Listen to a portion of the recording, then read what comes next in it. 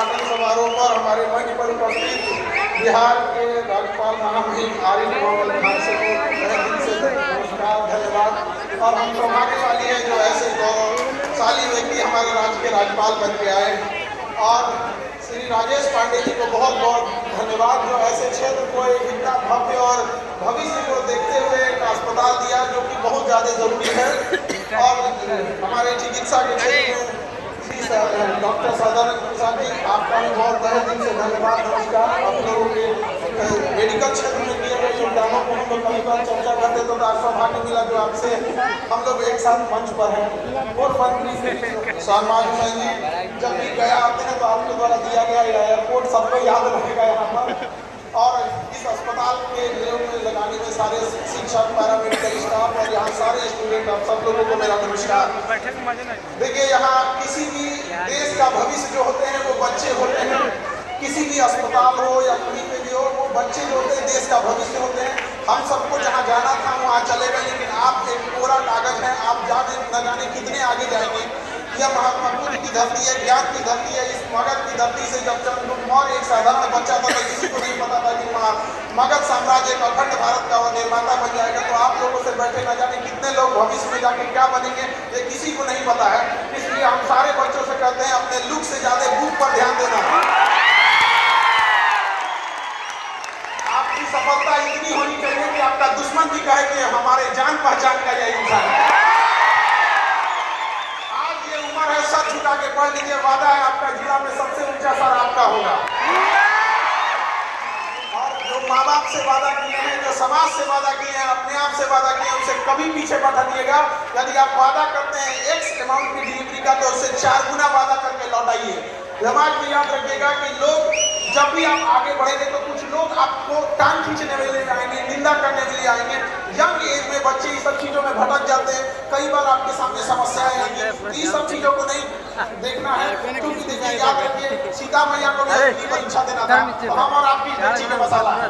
तो याद रखिएगा जब हम संघर्ष कर रहे होते हैं तो अकेले होते हैं, लेकिन जब सफलता हाथ लगती है तो पूरा कारवां हमारे पीछे हो रहा होता है। तो वो दिन जरूर लेके आइएगा और कामयाब जरूर होइएगा, क्योंकि आने वाले वक्त में लोग आपकी खैरियत नहीं आपकी हैसियत पूछने आएंगे।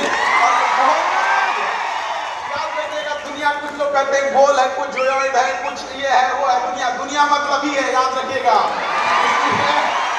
बहुत जरूरी है कामयाब बनिए, लेकिन इस सबसे ज्यादा जरूरी है कामयाबी के साथ एक अच्छा इंसान बनना। एक ऐसा इंसान बनिए कि आपके बगल में गरीब से गरीब इंसान को, बैठा हुआ इंसान को एहसास ना हो कि वो गरीब है। अपने अंदर वो करुणा का भाव रखिए, क्योंकि याद रखिएगा जिस पेड़ पर ज्यादा फल लगते हैं वही पेड़ झुकता है।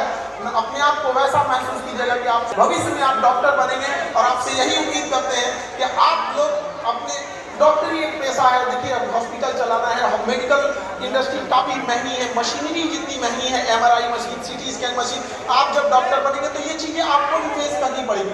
लेकिन हम इतना जरूर आपसे विनती करते हैं इस उद्घाटन समारोह पे कि आप अपने दिन भर में जितने मरीज देखते हैं उसमें 10% मरीज ऐसे देखिएगा वो इतने गरीब भी हों कि अगर कोई माता जी आंचल में पैसा बांध के लाइए, अगर 10 रुपया 20 रुपया दिए तो आप उतना ही इज्जत से इलाज कीजिएगा जितना एक अमीर का करते हैं।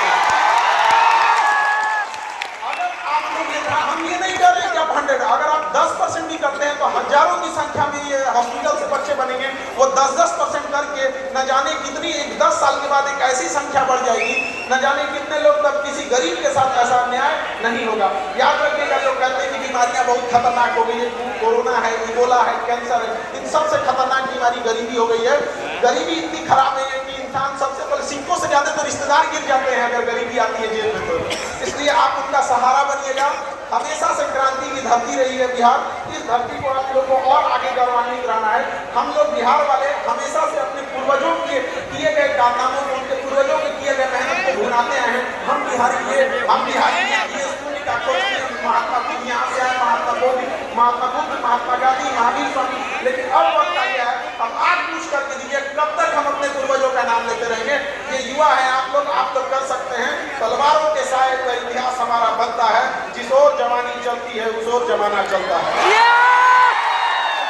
युवा को कर्मठशील बनना चलेगा, लेकिन आजकल का युवा सोचता है 1.5 GB डाटा खत्म करके सो जाता है। थोड़ा सावधान होने की जरूरत है। युवा अवस्था में समय की बर्बादी मतलब होता है अमृत से पाँव धोना।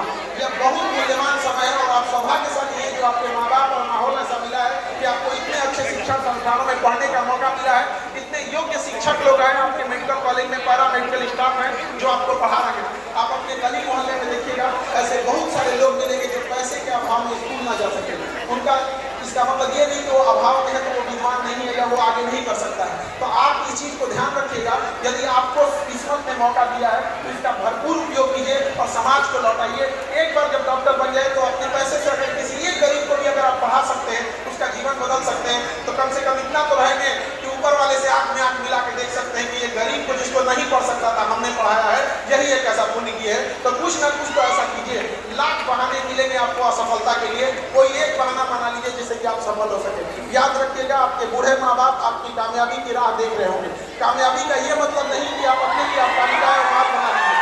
कामयाबी का ये मतलब होता है कि आपसे आपके माँ बाप को भी गर्व महसूस हो कि ये मेरा बेटा है, ये मेरी बेटी है। और इस मेडिकल कॉलेज में हम ये जरूर कहना चाहते हैं कि लड़कियां आप लोग जरूर पढ़ाई कीजिए और जब आप डॉक्टर बन जाइएगा तो समाज से भी पूछना चाहते हैं कि समाज को भी अपनी बहन बेटियों को जब बीमार पड़ती है तो लेडीज डॉक्टर ढूंढने लगते हैं, खोजने लगते हैं, जो वही समाज जिन्होंने महिलाओं की पढ़ाई का विरोध किया था। तो अब उन लोग को भी सोचना चाहिए कि यदि महिला पढ़ेगी ही नहीं, जब डॉक्टर बनेगी ही नहीं, तो आपके घर की बहन बेटियों का इलाज कैसे करेंगे। आप महिलाओं लोगों को भी कहना चाहते हैं कि आप इतनी बुलंदी पर जाइए कि जो उंगलियां आपको पीछे गिराने के लिए उठी थी, कल जब आप अपने शहर और गांव मोहल्ले में जाएं तो आपको सैल्यूट करने के लिए उठे, और वो यही उनका साइलेंट तरीके से जवाब देना होता है। लड़ भिड़ के किसी से जवाब नहीं दिया जा सकता है। शालीनता रखिएगा, अपने अंदर अहंकार कभी नहीं लगेगा। अहंकार वो वृक्ष है जिसकी शुरुआत गुस्से से होती है, तो अपने गुस्से को कंट्रोल करिएगा, क्योंकि गुस्सा में जब लोहा लाल हो जाता है कोई लोहारू से हथौड़ी से मार के टेढ़ा कर देता है। जब गुस्से से लाल लोहा कमजोर पड़ जाता है तो हम इंसान क्या चीज होते हैं, और यही गुस्सा आगे जाके अहंकार देता है। और अहंकार बहुत खराब चीज है। अहंकार में इंसान को इंसान नहीं दिखता। खुद के मकान, खुद के छत पे चढ़ जाओ तो अपना मकान नहीं दिखता। इसलिए कभी भी घमंड नहीं कीजिएगा। छत को बहुत गुरूर था छत होने का, एक मंजिल और बनी और छत फर्श हो गई।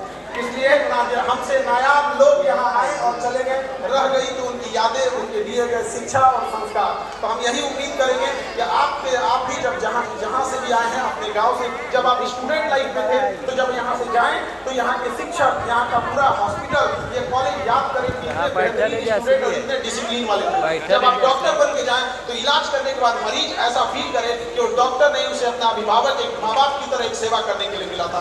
जब जिस गाँव आप सफल हो वो गांव आप पे गर्व करे। हम सब आपके मंगल भविष्य की कामना करते हैं और हम भी अपने राज्यपाल महामहिम श्री आरिफ मोहम्मद खान साहब के वाक्यों को सुनने के लिए लालयित हैं। तो इन्हीं वाक्यों के साथ हम अपनी बारी को विराम देते हैं। जय हिंद, जय भारत।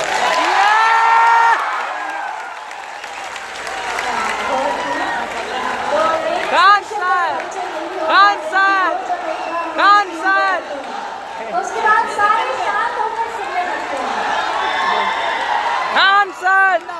खान सर हमारे मंच के ऊपर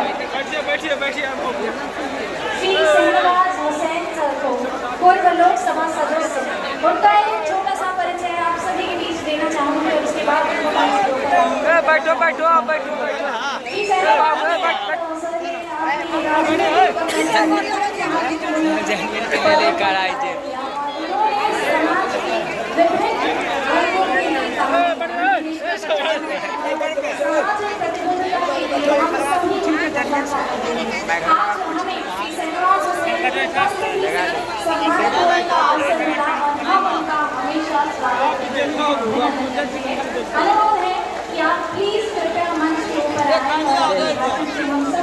ए भाई लेटा लो, ये पैरवा लेटा लो भाई, हट उधर तुम भाई यार के ना पैसे लेटा लो, खड़ा हो ना तू भी यार। तू हम हाँ मेरा पर काय खड़ा हुए भाई, उधर पहले खड़ा हुए भाई, लगाए ना उधर चप्पलवा खाती खड़ा थे यार। सब कुआं में देख के छोड़ दे आ जा पैसा मत सब लेटा दो किसी होला तू वाला करो सब कुछ बात है यार। ले सब कुछ जब चला रखते हैं।